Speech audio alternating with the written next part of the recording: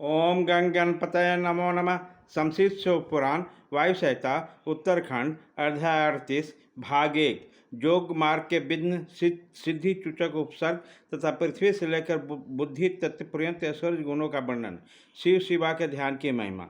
उपमन्यु कहते हैं, श्री कृष्ण आलस, तीक्ष्ण व्याधि, अप्रमाद, स्थान संचय, अनवस्थित चित्तता, अश्रद्धा, भ्रांति, दर्शन, दुख, दुर्मनुष्य, विषय लोलुपता, ये दम योग साधन में लगे हुए पुरुषों के लिए योग मार्ग में बिंद कहे गए।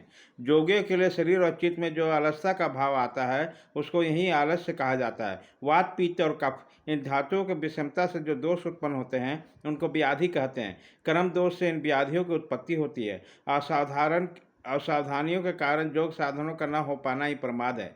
यह है या नहीं है। इस प्रकार उभय कोटि से आक्रांत हुए ज्ञान का नाम स्थान संचय है। मन का कहीं स्थिर न होना ही अनवस्थिता चित्तता है, अर्थात चित्त की स्थिरता है। योग मार्ग से भाव रहित जो मन की वृत्ति है उसी को अश्रद्धा कहा गया है। विपरीत भावना से युक्त बुद्धि को भ्रांति कहते हैं, दुख कहते हैं। कष्ट को उनके तीन भेद हैं, आध्यात्मिक, अधिभौतिक और अधिदैविक। मनुष्य के चित्त का जो अज्ञान जनित दुख है उसे आध्यात्मिक दुख समझना चाहिए। पूर्वकृत कर्मों के परिणाम से शरीर में जो रोग आदि उत्पन्न होते हैं उन्हें अधिभौतिक दुख कहा गया है। विद्युतपात, अस्त्र और विष आदि से जो कष्ट प्राप्त होता है उसे अधिदैविक दुख कहते हैं। इच्छा पर आघात पहुँचने से मन में जो क्षोभ होता है उसी का नाम दौर्मनुष्य है। विषय विचित्र विषयों में जो सुख का भ्रम है वही विषय लोलुपता है। योग परायण योगी के इन विघ्नों के शांत हो जाने पर जो दिव्य अवसर अर्थात विघ्न प्राप्त होते हैं वे सिद्धि के सूचक हैं। प्रतिभा, श्रवण, वार्ता, दर्शन, आस्वाद और वेदना, ये 6 प्रकार की सिद्धियां ही उपसर्ग कहलाती है जो योग शक्ति के अभ्यास के कारण होती है। जो पदार्थ अत्यंत सूक्ष्म हो, किसी के ओट में हो, भूतकाल में रहा हो, बहुत दूर हो अथवा भविष्य में होने वाला, उसको ठीक ठाक प्रतिभास ज्ञान हो जाना पृथ्वी कहलाता है। सुनने का प्रयत्न न करने पर भी संपूर्ण शब्दों का सुनाई देना श्रवण कहा गया है। समस्त देहधारियों को बातों को समझ लेना वार्ता है। दिव्य पदार्थों को बिना किसी प्रयत्न का दिखाई देना दर्शन कहा गया है। दिव्य रसों का स्वाद प्राप्त होना आस्वाद कहलाता है। अंतःकरण के द्वारा दिव्य स्पर्शों का तथा ब्रह्मलोक तक के गंध आदि दिव्य भोगों का अनुभव वेदना नाम से विख्यात है। सिद्ध योगी के पास स्वयं ही रत्न उपस्थित हो जाते हैं और बहुत से वस्तुएं प्रदान करते हैं। मुख से इच्छा अनुसार नाना प्रकार की मधुर वाणी निकलती है। सब प्रकार के रसायन और दिव्य औषधियाँ सिद्ध हो जाती है। देवंगनाएँ एवं इस योगी को प्रणाम करके मनोवांछित वस्तुएं देती हैं। योग सिद्धि के एक देश का भी साक्षात्कार हो जाए तो मोक्ष में मन लग जाता है। यह प्रकार मैंने देखा, अनुभव किया है। उसी प्रकार मोक्ष भी हो सकता है। कुष्ठता, स्थूलता, बाल्यावस्था, वृद्धावस्था, युवावस्था, नाना जाति का स्वरूप, पृथ्वी, जल, अग्नि और वायु, इन चारों तत्वों के शरीर को धारण करना, नित्य अपृथ्वी और मनोहर गंध को ग्रहण करना, यह पार्थिव ऐश्वर्य के 8 गुण बताए गए हैं। जल में निवास करना, पृथ्वी पर ही जल को निकल जाना, इच्छा करते ही बिना किसी आतुरता के स्वयं समुद्र को पी जाने में समर्थ होना, इस संसार में जहाँ चाहे वहाँ जल का दर्शन होना, घड़ा आदि को बिना हाथ में जल राशि को धारण करना, जिस विरस वस्तु को खाने की इच्छा हो उसको तत्काल सरस हो जाना, जल, तेज और वायु, इन 3 तत्वों को शरीर को धारण करके तथा देह का फोड़े, फुंसी और घाव आदि से रहित होना। पार्थिव ऐश्वर्य के 8 गुणों को मिलाकर यह 16 जलीय ऐश्वर्य के गुण हैं।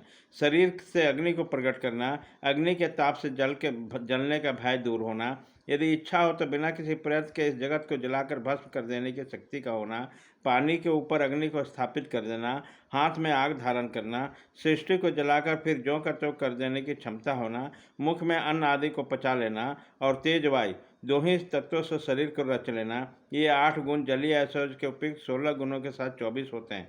ये 24 तेजस ऐश्वर्य के गुण कहे गए हैं। मन के समान वेगशाली होना, प्राणियों के भीतर क्षण भर में प्रवेश कर जाना, बिना प्रयत्न के ही पर्वत आदि महान भार को उठा लेना, भारी हो जाना, हल्का होना, हाथ में वायु को पकड़ लेना, उंगली के अग्रभाग को चोट को भूमि से कंपित कर देना, एकमात्र वायु तत्व से शरीर का निर्माण कर लेना, ये 8 गुण तेजस ऐश्वर्य के 24 गुणों के साथ 32 हो जाते हैं।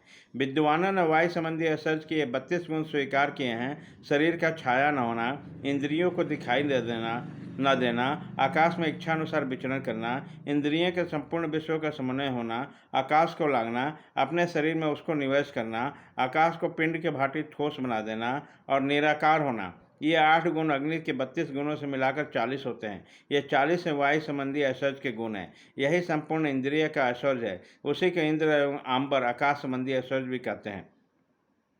इच्छानुसार सभी वस्तुओं की उपलब्धि, जहाँ चाहे वहाँ निकल जाना, सबको अभिभूत कर लेना, संपूर्ण गुण अर्थ का दर्शन होना, कर्म के अनुरूप निर्माण करना, सबको बस में कर लेना, सदा प्रिय वस्तु का ही दर्शन करना, एक ही स्थान से संपूर्ण संसार को दिखाई देना, ये 8 गुण पूर्णतः इंद्रिय संबंधी ऐश्वर्य गुणों से मिलकर 48 होते हैं।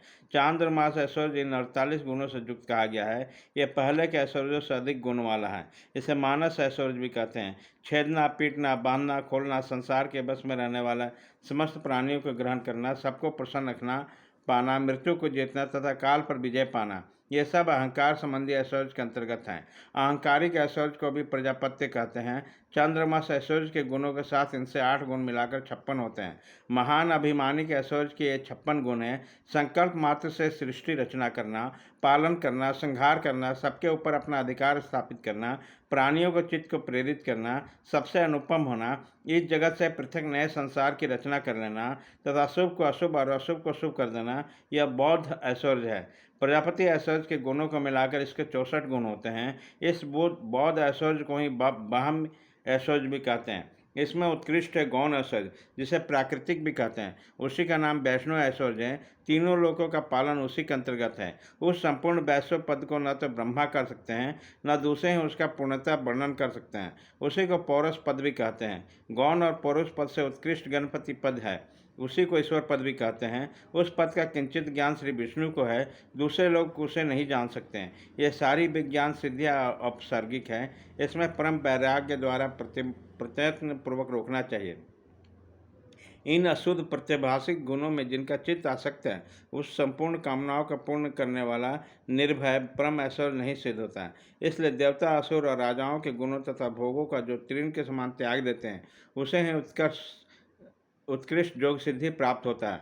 अथवा यदि जगत पर अनुग्रह करने की इच्छा हो तो योग सिद्धि मुनि इच्छा अनुसार विचरे। इस जीवन में गुणों और भोगों का उपभोग करके अंत में उसे मोक्ष की प्राप्ति होती है।